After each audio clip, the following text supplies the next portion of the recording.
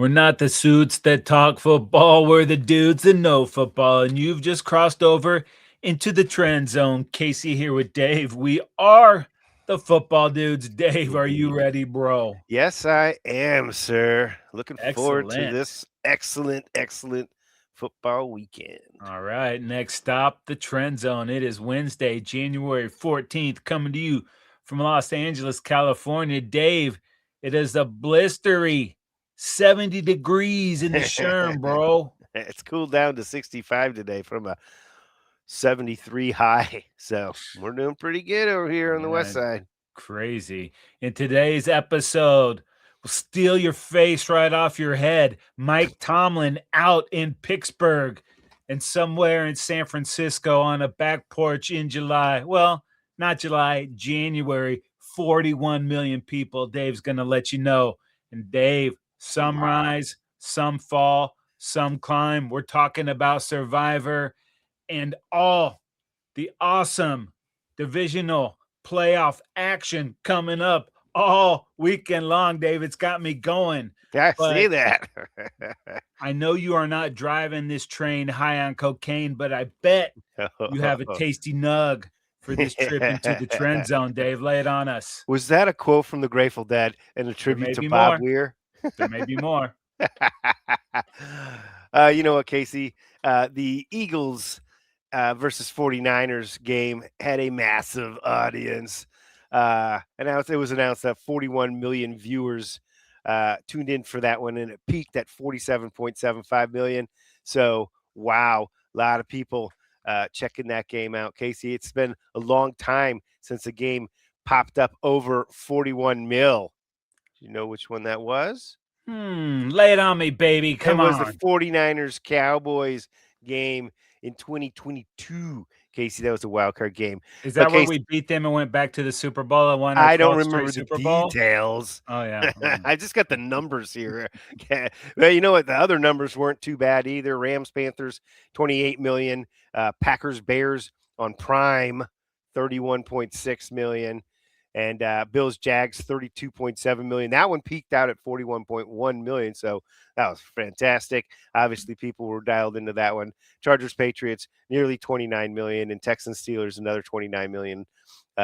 As those two games kind of fizzled a little bit towards the end. Dave, sometimes we live no particular way but our own. Okay. All And right. there are 9 reasons why. Okay. Yeah. Wow. Okay. 9 NFL head coaching jobs are 9. 9. That's more than 25% of the league, Yeah. Dave. I can't remember a season with this many, and it's not only these head coaches, it's coordinators too. But go Yeah. ahead and riff through these for the peoples real quick if Yeah. they've So obviously forgotten. during the season, we talked previously, Tennessee fired Brian Callahan. The Giants fired Brian Daboll. And on Black Monday, it was Cleveland getting rid of Stefanski, Atlanta axing Raheem Morris, Arizona cutting out on Jonathan Gannon, and Las Vegas axing Pete Carroll. Then on Black Tuesday, if there is such a thing, John Harbaugh was fired after that Monday Night Football near miss there. And then shortly after that, Mike McDaniel let go from the Dolphins. That's the newest one. We already talked about the other ones prior because that one came out after our last episode, Casey. But McDaniel going 35-33 in his 4 seasons there. Not a terrible record, but I think that it sort of peaked early and they were struggling more so late. And then recently, the most recent one, Casey, the shocker to some degree, Mike Tomlin stepping down after 19 years, the longest. He was the 7th longest tenured coach in NFL history. Never a losing season in his 19 seasons there, and obviously he seems to be intent on taking at least a year off here from actually coaching rather than jumping right back in. And it is generally believed that if he wants a job talking about football, that there's plenty available for him, maybe even one already lined up in place. But Casey, on the downside, real quick, after that loss to the Texans, that was 7 straight playoff losses for the Steelers. I mean, that means they were getting there, but they were sort of stuck in that middling area where they couldn't really peak in a long time. So 7 straight consecutive losses. I guess, yeah, it's I guess I they're don't know, Dave. I've been told it's hard to run with the weight of gold, baby. 19 years in the league. Now the yeah. longest tenured coach is Andy Reid.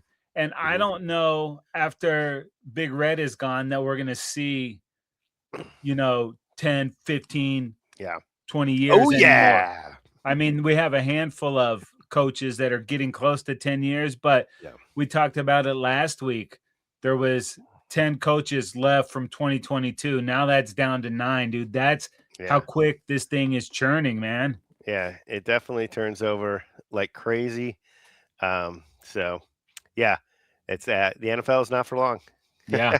Jerry Glanville had it right. It's like a diesel train, baby. You better not be there when it rolls over. And Dave, it's not only the head coaches, we Yeah. got coordinators going down left and right as well. Yeah, we didn't mention last week. I noticed we failed to mention that the Bucks dismissed offensive coordinator Josh Grizzard, um, And and the King so Gizzard Lizard. yeah, exactly. That'll be their 5th year in a row. They're looking for a new OC. So now among the more dangerous jobs in the United States, uh, other teams Dude, also like real quick before you go through that, it's going to be like 9 or 10 different offensive coordinators for Baker since he's been in the league and like 8 yeah. head coaches, man. Maybe it's Baker, the common denominator.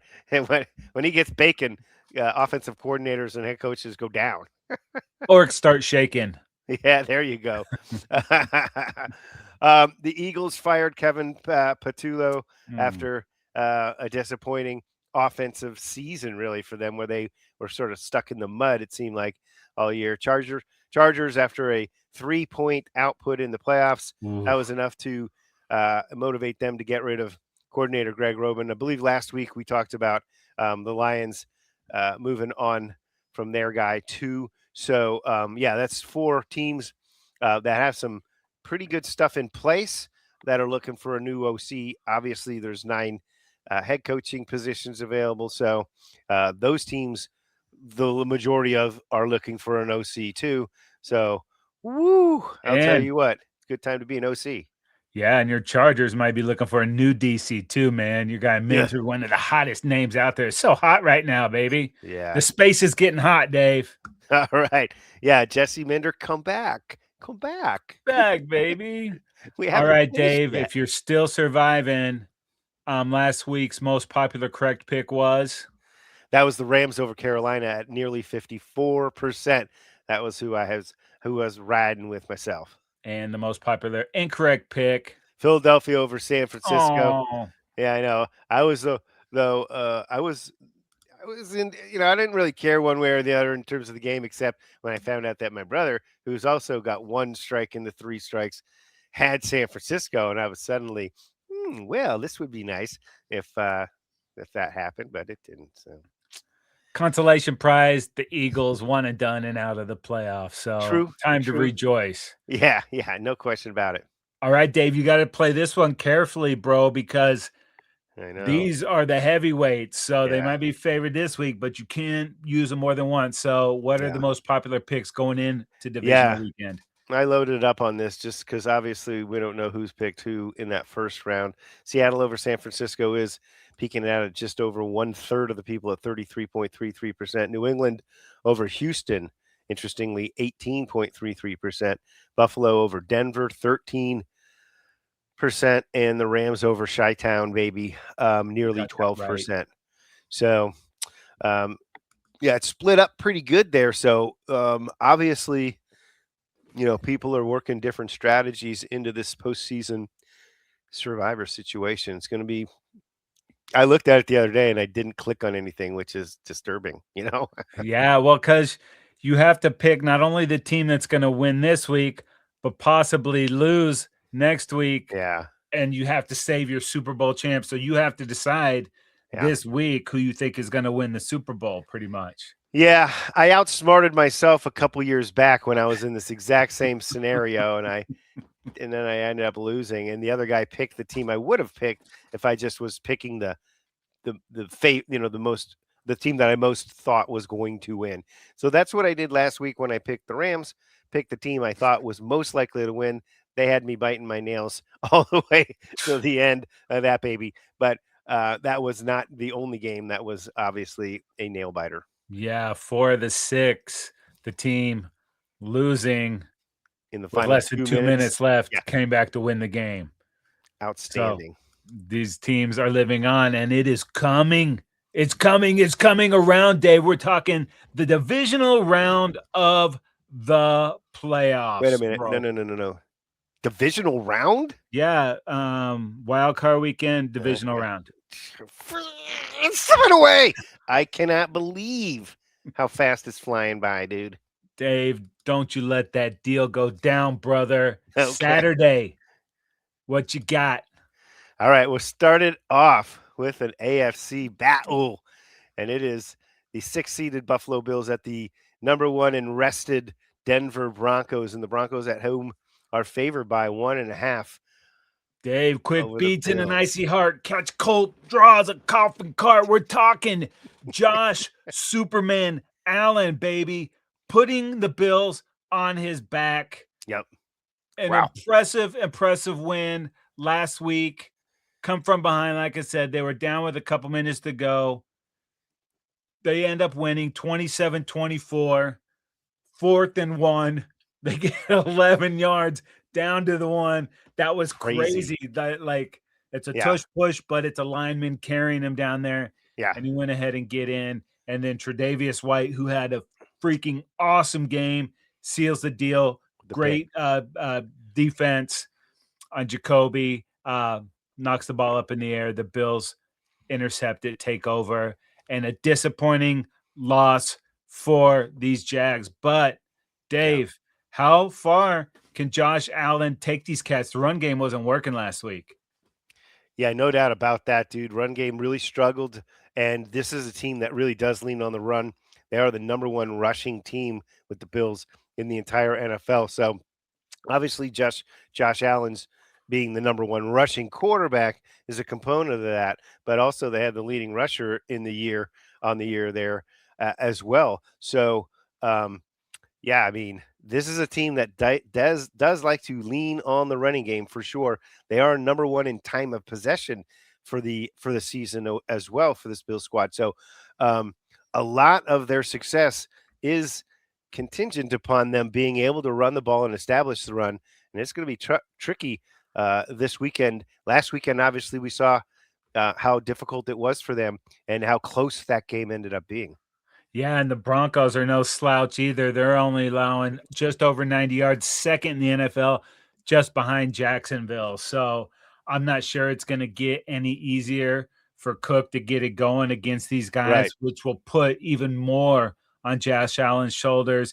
And we And this kind of, defense coming off the bye, Casey is feeling rested. They got to sit back and watch everybody struggle last week. dude, if the Broncos had one more sack in the regular season, how many would they have had? 67? Close. 69, dude. Oh, I like where you're going there. But a healthy, yeah, rested Broncos, tough at Mile High. Um, big you time. know, and Josh Allen loses a couple of receivers. Gabe Davis done. Shavers is done. We Yeah, it's talked about crazy. the second leading receiver on the team was Brandon Cooks. Dude, he hasn't looked as healthy as he did in this game for a couple years. He's already a dynamic weapon. Can they even get more out of this cat in this game against the Broncos? I know he's having an amazing resurgence. I don't know if Josh Palmer, who missed last week's game, I think with a bad knee, he's always been sketchy throughout his career. If he'll be able to play in this one, but man, they're down to like 3 healthy Mhm. receivers. Yeah, I mean, which thank is going to goodness the put, tight ends are yeah. a huge factor here. Knox there and Kincaid, they've got to really ramp up their game, and they got to find a way to use the running backs into the passing game too. Yeah, and you gotta wonder how much what more can Josh Allen do? This Right.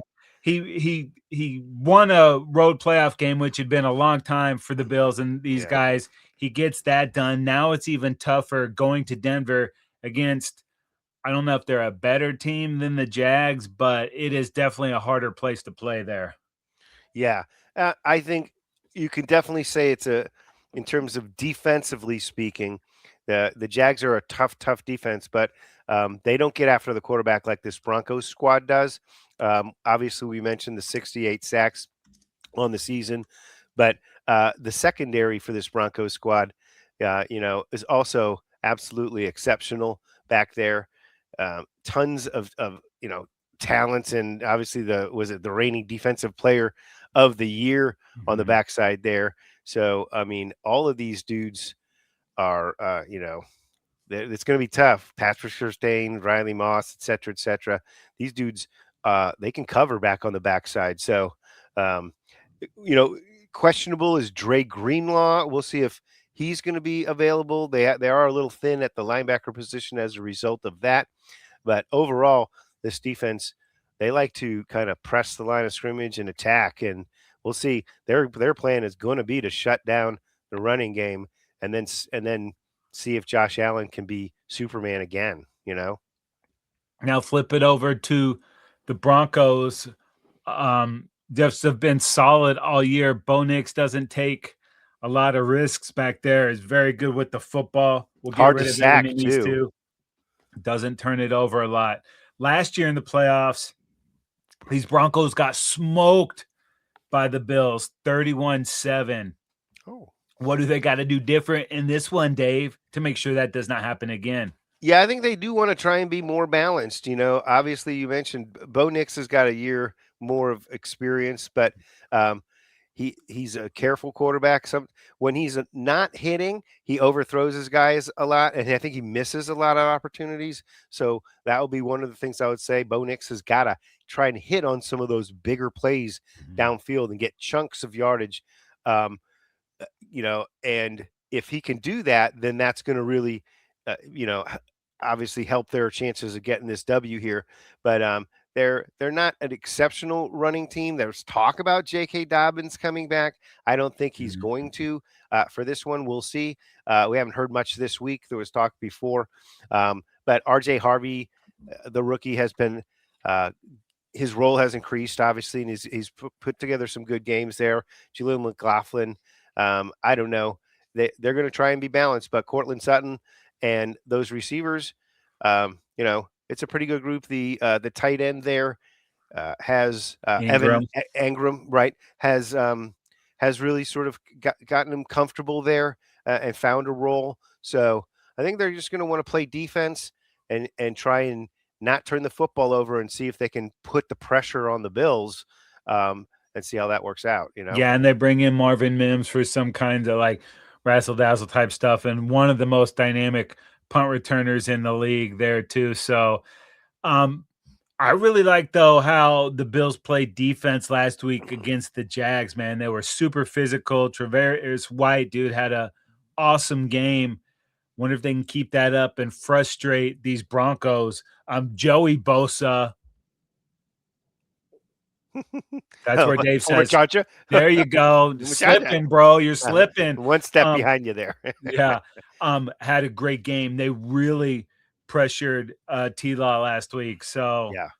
I Well, don't know if this interestingly, this Bills defense is number one in passing yards yeah. allowed, which you would think, wow, well, that's a fantastic secondary then. But when you look a little deeper, they're 28th in rushing yards allowed. So they're really susceptible to just getting run on. And when people are running on them, they decide to keep running rather than pass more. So the stats get a little lopsided there. If the Broncos can establish a ground game against that defense, maybe that's a way to control the football game. Both these teams like to have time of possession. Bills number one in time of possession on the season. Broncos seventh. So they're accustomed to sort of controlling the football and inflicting their will on the opposing team. So both of these teams are going to want to do that exact strategy. That keeps them on schedule. Yeah. And speaking of on schedule, which of these quarterbacks can make the biggest plays off schedule? Both of them like to run when Yeah. the pass is not there and do something. So it is going to take the effort, man. And, you know, Just kind of rooting for the Bills, man. I want to see Yeah. Josh Allen get over the hump. Just he does so much for his team. Nick doesn't have to do as much, Right. and we're gonna see if like the misery of all these years of getting almost to the point comes back and is an asset for these guys. Yeah, they have lost the Super Bowl 4 times and then lost in the playoffs with this regime a number of times. So certainly it would be pretty cool to see them if they were to take it to the finish line. All right, Dave, move it up, baby. The sunny side of the street is dark. We're talking NFC West showdown. The San Francisco 49ers at the Seattle Seahawks. And the Seahawks are 7-point favorites in this one, Dave. And this is actually the rubber match between these two divisional foes. Actually, 3 of the 4 teams in the NFC West are live in the divisional round, which is crazy. But Wow. week 2, San Francisco gets a 17-13 win. Sam Darnold trying to make the comeback after Brock Purdy had the go-ahead touchdown with just a couple minutes left. Felt like they had it. You got Bosa there. Sack, fumble, game over. Nick Bosa's not playing in this one. And then in the week 18, it was all Seattle. Legion of Boom on the road. This one's in front of the 12s, Dave. Yeah, and that defense for Seattle, you mentioned, they're coming off of the bye, being the number 1 seed. San Francisco coming off a real hard-fought game, a narrow victory last week, 23-19 over the Eagles to knock out the former defending Super Bowl champion Eagles. It wasn't a great game for Purdy last week. McCaffrey, not a great game, but they finished it with exceptional. It was just the amazing play to McCaffrey late in that game to score the touchdown. Juwan Jennings, dude, with the throw. dime. And how about that Nailed catch, dude? That's a running back, and it was over the shoulder. He tracked it and found it, dude. And I don't know if they could put more on this guy's plate, but it seems like every week he's going Zeke, dude. He is doing everything. Yeah, and they've suffered with so many injuries in a general sense. The San Francisco team, we talk about all the dudes they lost. Kittle, obviously, last week, a huge loss, but they look to be getting back Trent Williams, which would be good. Fred Warner has been practicing this week, which they're saying no, he certainly isn't playing, but he's practiced a couple of times. So, it's hard to say how many, dudes are going to have out there. They're certainly, like I said, short on receivers.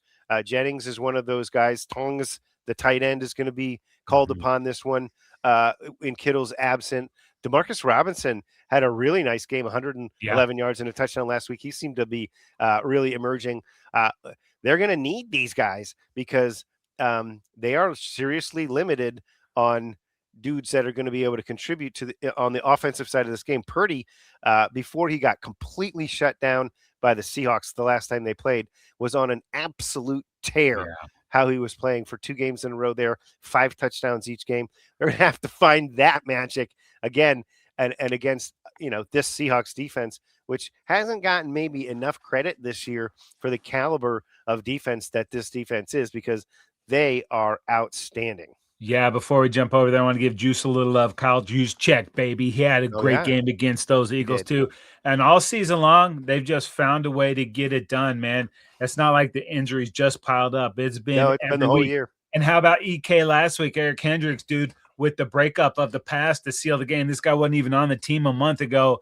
Comes in, gets the green dot, and makes the game-saving play, man. They're just former Charger, former Cowboy. That's former right. Viking. But Bruin. if we want to talk, I actually ran into that cat at a restaurant in the Sherm. We talked about moving the Bruins to SoFi. It's like, oh man, I don't think because I do. Trust me, it would be a win-win. But Dave, I'm getting sidetracked here. You talked about defense, man. Oh, Seattle's defense, what they're doing, bro, is insanity. Because you know who their new coach Mike is. McDonald, man.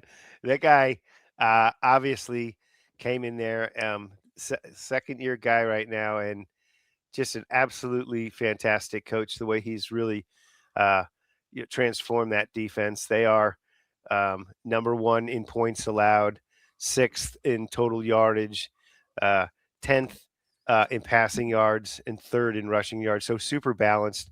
47 sacks on the season. That's eighth. Um, they get after they turn the ball over, so they've gotten 18 interceptions on the season. That's fifth ranking in the NFL. So just an absolutely stout defense. They shut down the run game so well and just rally to the football. It is a tough defense. They can kind of cloud the whole scene for the opposing quarterback with that secondary, the way they um, make it sort of fake pressure, and then they back people out. You don't really know who's coming, and it's just such a fine-tuned machine back there. It's just fun to watch. Oh yeah, dude. And up front, you're talking Byron Murphy, Leonard Williams, and Tank Lawrence. Tank's been healthy this year, and he's playing like he did Tank of old, man. Up front, they're just as nasty, if not nastier, than the back end with Witherspoon and Woolen and all those cats. Yeah, Playmakers at every single level, dude. And last time they played that Week 18 game, held Brock Purdy 19-27. That sounds okay. 127 yards and an interception, dude. No touchdowns. Held those Niners to 3 points. Held yeah, they just couldn't do McCaffrey anything. held McCaffrey to 23 rushing yards, dude. As a team, San Francisco 12 rushes for 53 yards, man. They could not get anything going against this defense, and that was in San Francisco, dude. Yeah, This is coming against the Seahawks with the week off in front of those 12s, bro. yeah, Lumen Field, the 12s is going to be outrageous. That home field advantage is one of the better home field advantages in the NFL.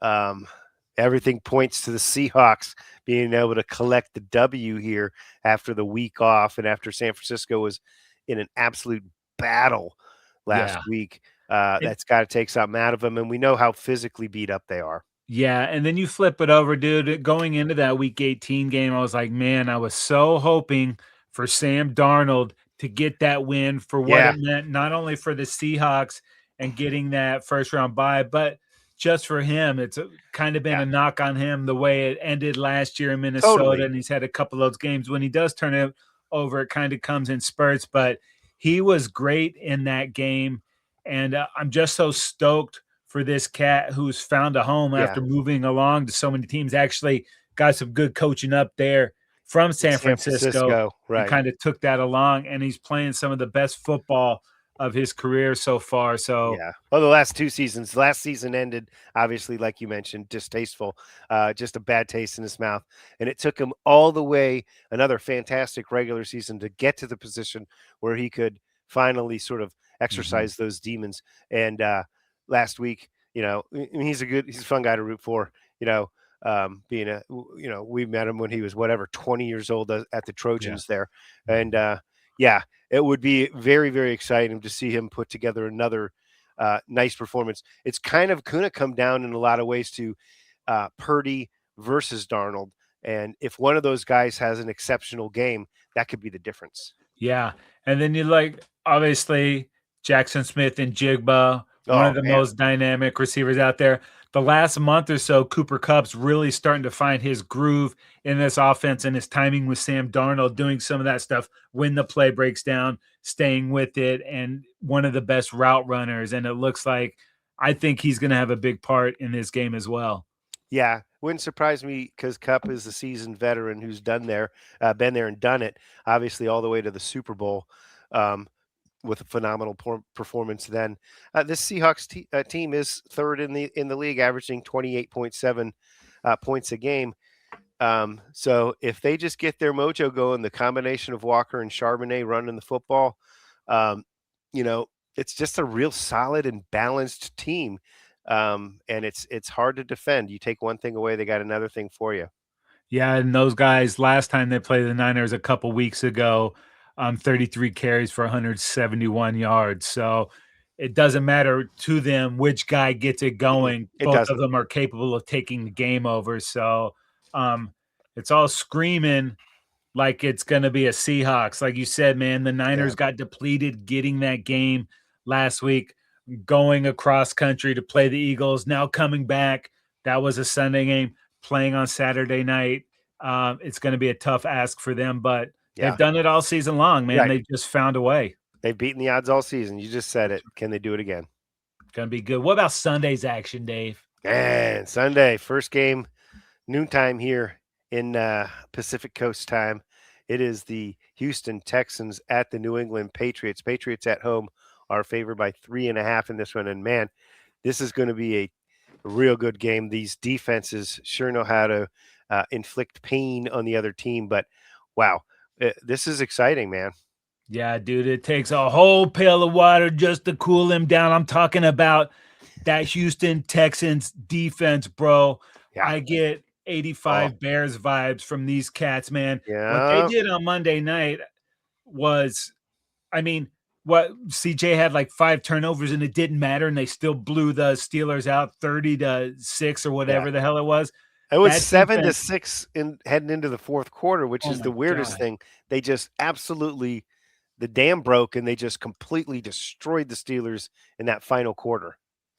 And dude, I don't know what more you can say about this Texans defense. They were relentless, dude. They did not give the Steelers anything in that game. Aaron Yeah. Rodgers, dude, 17-33, 146 yards, interception, 4 sacks.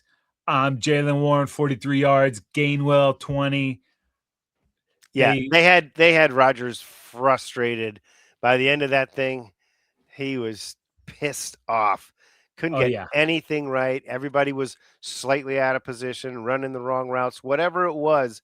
Man, they had the defense cranked up there. And dude, the thing about this defense is it's not tricky or exotic. They line up and do what they do. It's just Yeah. a lot better than what your team can stop.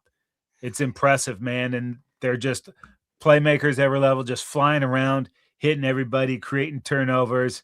Um, and how do you win in the playoffs, baby? Defense and running the football. And that Yeah. travels, dude. Yeah, and Daniil Hunter and Will Anderson, just absolute difference makers. Huge problems for offenses, and even the interior guys, Tommy Tuogay or whatever his name is, and then Sheldon Rankins. Man, it's really that front four. They can just unleash those dudes and then cover on the back end. Middle linebacker Aziz Al Shair, one of the best, but on the back end, Stingley and Lassiter. They get handsy, they get away with it because they're so good, they're Mhm. disciplined, so they can be physical with the receivers and not draw the attention of the officials. So it's a very good defense. Arguably, certainly, this one could be the best in the league. As we talked about the Seahawks, there, these defenses, man, they shut you down. Yeah, let's go ahead and do this game justice and flip over to talk about the Patriots defense first. Then we'll get around to True. these offenses after that. You Yeah. saw it firsthand Mm. on Sunday night. What was your main takeaway from that Patriots defense? Yeah, it's more of a challenge than I thought it would be. Obviously, they had Justin Herbert. They sacked him 6 times, but that's not even the story. He was under pressure. Free runners coming. They're basically running stunts all game long and making the offensive line for the Chargers look as bad as they actually are. But Patriots just really relentless defensively, physical, just like Vrabel. We talk about this. They take on their head coaches style there. Smart, physical, defensive team. It was just a punishing performance, holding the Chargers pretty good offense to just 3 points. Yeah, dude, and up and down the Patriots lineup, there's not a ton of names No, that jump out like, oh, all-star guys that, not like at your Will all. Anderson over there, or players like Danielle Hunter. But dude, they're relentless as well, man. I just really could not believe how much trouble they were giving the Chargers. I mean, There were no answers for Justin Herbert. no, and you It guys got a few turnovers and had started out with great field possession more yeah. than once. Yeah, and this is supposed to be this is the one weakness they really had was they weren't very good defensively in the red zone. But we got the ball right there at the 10 early in that game, and they shut it down. It was 4 and out. from that point, and that was a bad omen moving forward. But this Patriots defense again is just tightening down the bolts a little bit and getting a little bit better and playing their best ball here. But I mean, they're the number one seed for a reason here. Yeah. They put together a great season. I know the opponents they played weren't, um, the toughest strength of schedule wise, but you play who you play, and when you rack up 14 wins and you get the bye, you sure as hell did something right. Yeah, and holding your Chargers, besides the 57 Herbert had, 30 yards combined for Yeah, Vidal and absolutely Hampton, shut down the run game. 19 to 31 for Herbert, 159 yards. And you mentioned 6 sacks, but they were violent They sacks. were, Oh and my he got gosh. hit over and over again, hit over and over and over again. And when he tried to escape the pocket, he'd been the second leading rusher Mhm. on the season as a quarterback. There wasn't any No. yardage for him to have there either. The defense had that thing dialed in. As soon as he tried to step through the pocket, there was somebody there to take him down. And it wasn't only him, all the receivers, there was no yard after catch on this. As soon as you got cut, you were taken to the ground. McConkey only 3 for 32. Keenan, a quiet game. All these guys, there was nothing after the fact. If you were lucky enough to Yeah. catch it, you weren't getting to do much with it. And not a single explosive play, really. Mm-mm. They didn't give up any big plays. No. All So right. Let's talk. Let's go ahead. We'll get back to the Texans offense after this. Go ahead and stay here with the Patriots offense. Drake May had a lot of mistakes in this game too. Got hit a bunch, but he also made some big time plays when he had to. When the opportunity was there, he found his guys.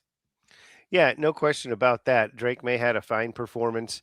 Um, you know, Stephon Diggs, Kashawn Boot there. Different guys. Hunter Henry, former Charger, for very very productive there. He did get sacked a number of times, but uh, that didn't really sort of he didn't have the overall pressure. I think they did a No, decent job giving him a pocket there to work with. They had a decent running game between Stevenson and Henderson there. So um, I think it's just a really nice balance. Like you say, on the other side, they don't have a ton of guys that like wow, that's their Pro Bowler or that's their superstar. It's just a solid group. Diggs has had a real nice resurgence mhm. for his career there. But Drake May, he's one of those. He says all the right things, and it's all about the team, and it's all about the blockers up front. It's all about his guys just getting them the football, and that's actually what he does.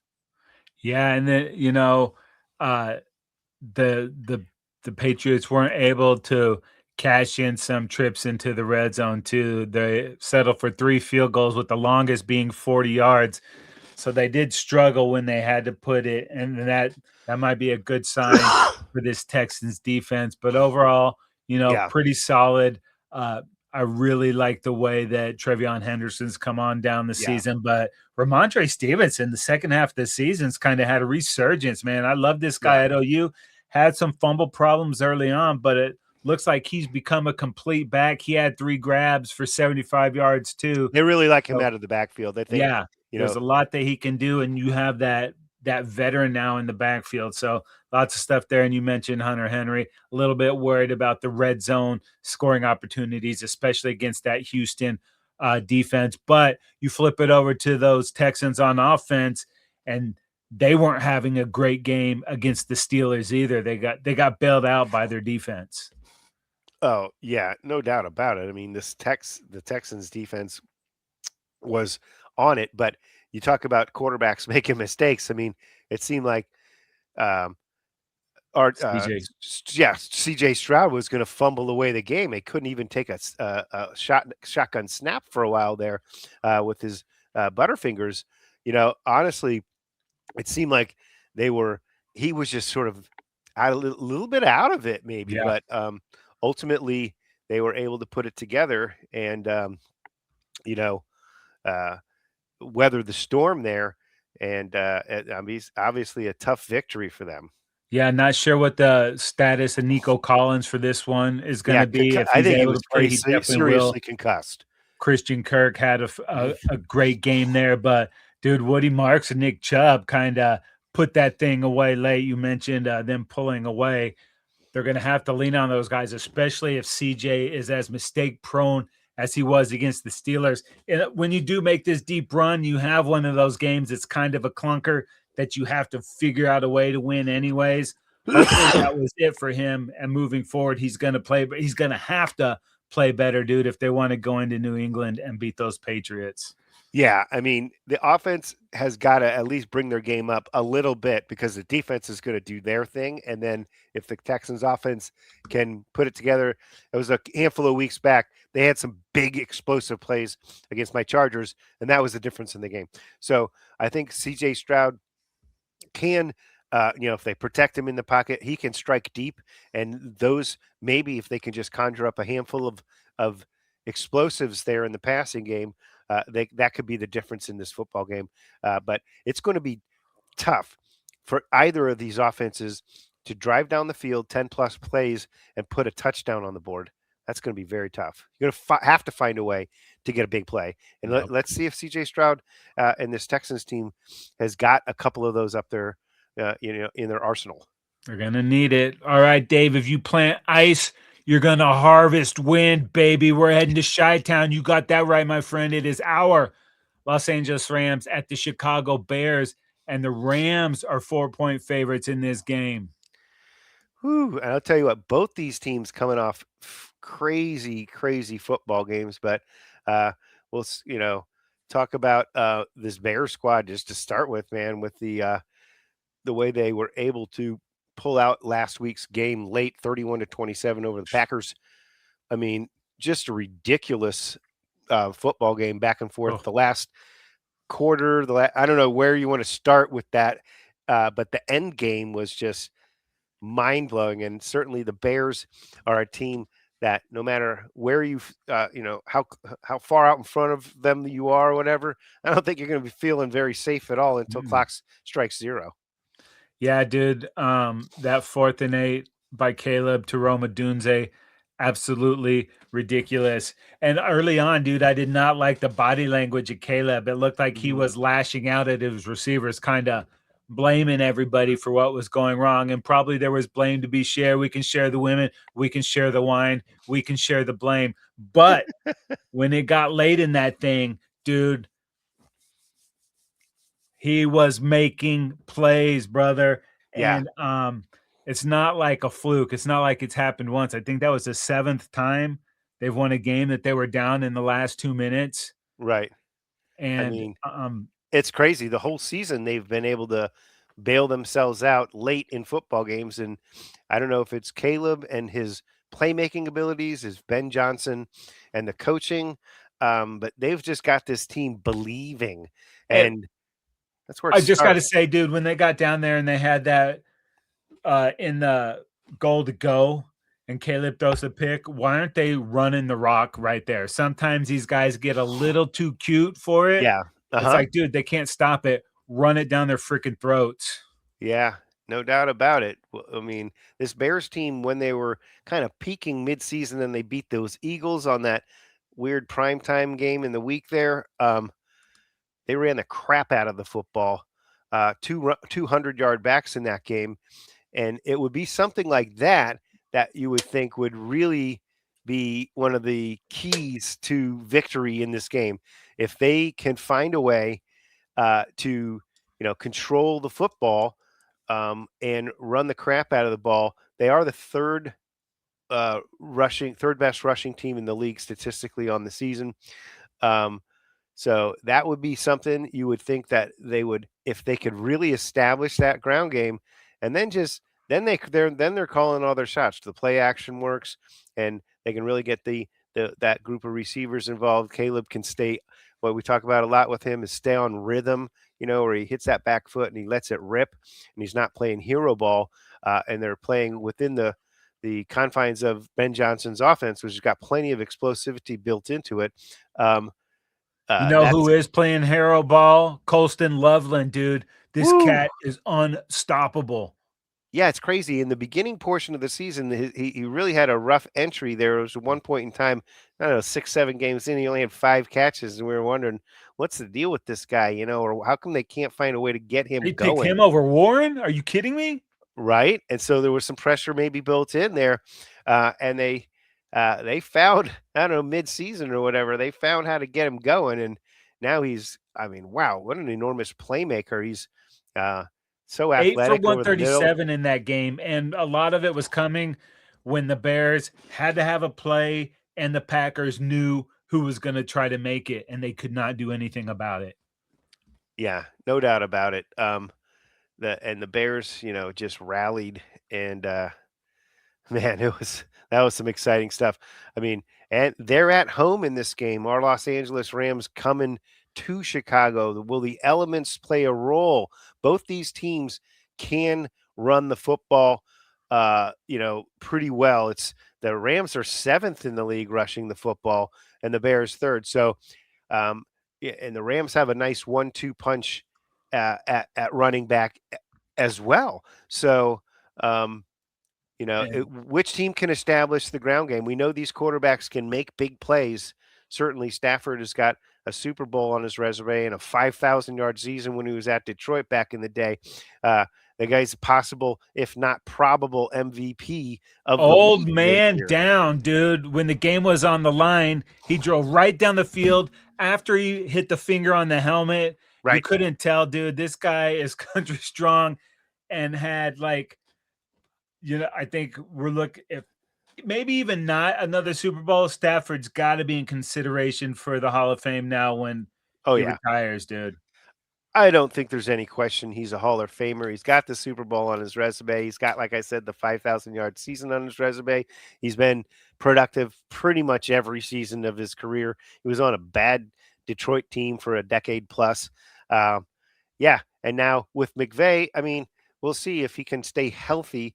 Then he can put together a couple more good seasons. I think the career numbers are going to be pretty ridiculous as well. Speaking of career numbers, dude, Puka Nakua is Oh, a freaking beast, bro. 10 for yeah. 111 and a touchdown, dude. And this cat, I mean, this might be the best receiver in the NFL. Yeah, I mean, I think it's hands down right now that he is the best receiver. Um, the statistics bear that out. The receptions leader on the season. Just the fact that he is so literally uncoverable when he's going to be a focal point. Even when Devontae Adams went down there Mhm. for a handful of games, I was just like, of course they're going to Puka, but Yeah. they couldn't stop him. Nobody could stop him, and they couldn't stop him last week in Carolina either.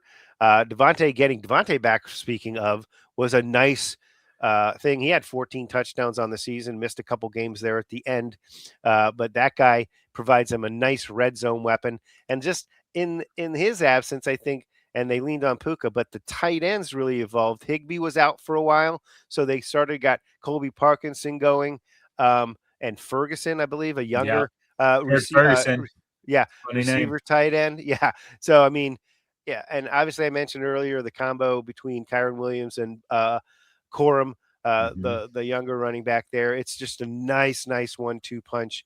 Um, it's a really well balanced offense, and Sean McVay knows how to scheme them up with the best of them to get guys running free and wide open in the secondary. So this is going to be a heck of a challenge for the Bears defense to slow down this Rams offense because, man, they are number 1 in points per game at 30.5 points per game. It's number 2 in total offense per game. And so And I mean, this could be Devontae, tough. yeah, Devontae had missed a couple weeks. He came back. He still had 5 for 72. That was on 13 targets. You usually don't see that discrepancy, 13 targets of 5 catches. That's going to Yeah. converge more like that, and it's going to be like 10 catches on 13 targets and a couple touchdowns there, Dave. And you said that the Bears defense is going to have to play. They gave up 4 touchdowns to Jordan Love last week. You know why they still won that game? They're on a mission from God. It's 106 miles to Chicago full tank of gas, half a pack of cigarettes. It's dark, and they're wearing sunglasses. This defense makes plays. Yeah, they're leading the league in interceptions, and in the turnover ratio, they are the top team at plus 23 or 22. It is in turnovers. So yeah, you're right. They've actually pretty much lived by the turnover there because the bend but don't break. I mean, in terms of points allowed, they're averaging over 24 points a game. That's in the back half of the league, right? Yards per game, they're 29th, giving up over 360 yards a game. So 27th at stopping the run and 22nd at stopping the pass. So overall, the defense for the Bears is not like this isn't the monsters of the Midway. No, it's This isn't feasting the on the 85 turnovers. Bears. We're talking about these guys are going to be challenged by this Rams offense, both stopping the run and stopping Stafford in that passing attack.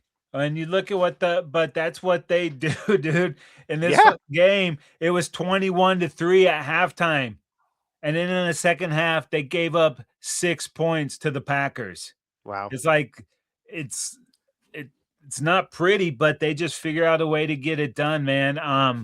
And the back end there, man, Baird and my guy that was with the Cowboys for a while, finding his home. Nashawn Wright's been a ball hawk freak. Remember, we spent a 3rd-round pick on this guy, and everybody's like, I didn't even have this guy on my board. And now, of course, he's coming into his own, not on the Cowboys, but just these guys are making plays all over the place. I forget who went out for the Bears with the injury, one of the linebackers. I don't think it was Evans, but they did lose one of their better players in this game. But it's been next man up for these Bears every week. We saw it on the offensive side of the ball when Adunze was out for some time. Luther Burden comes in and he gets a little banged up, and Zacchaeus, and then the rookie Walker. So it's been a different guy every time there, and it's starting to feel like maybe these Bears have some kind of magic ride going, but it's going to be tough against these Rams. We talked about how good they are on offense. They're pretty damn good on defense as well. Yeah, the Rams defensively are definitely a pretty good squad there. 10th in points allowed. Um, pretty much balanced between stopping the pass and the run. A little better as a run defense. They're going to need that again to try and stop that tandem of running backs that the Bears are going to deploy there. I'll tell you, they're not terrible getting interceptions themselves at 16 interceptions on the season for that Rams secondary. So overall, you know, when it comes to sacks, they're top 10 in the league with 47 sacks. That's no joke right there.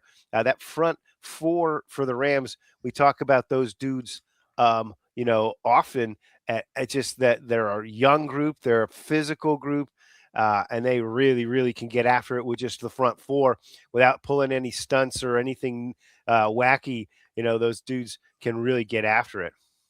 Yeah, dude, Jared Verse, since he's been in the league, has been awesome. And they said F all these picks, and they've just struck gold with all of them, dude. There's playmakers from every round in the draft on this defense, man. And they are a tough out, dude. And, just like, got to survive. Yeah. We will survive. We will get by and live another week. This is going to be a great game, dude. Yeah. Totally different teams. And to go back real quick, the people that are clutching their pearls over the language that Ben Johnson used in the locker room about his disdain for the Packers. I love it, dude. I don't care. And I love how he doubled down. It's a rivalry. He hates the Packers. So in the locker room, if he wants to say F the Packers, I'm cool with it. Who cares? I don't care if the camera's in there or not, dude. Let him coach, man. This is the NFL, man. People crying about that. Ridiculous. Waste. Ridiculous. So stupid. Dave, how stoked are you for this weekend? I'm completely and totally stoked, my friend. Oh, it's going to be good. So many ways you can check out the football news. The TrendZone is now available for subscription. Spotify, Apple Podcasts, Google Podcasts, Amazon Music. Yeah. wherever you get your podcasts. That's right. Subscribe on over there on our YouTube channel. Like us on Instagram and Facebook.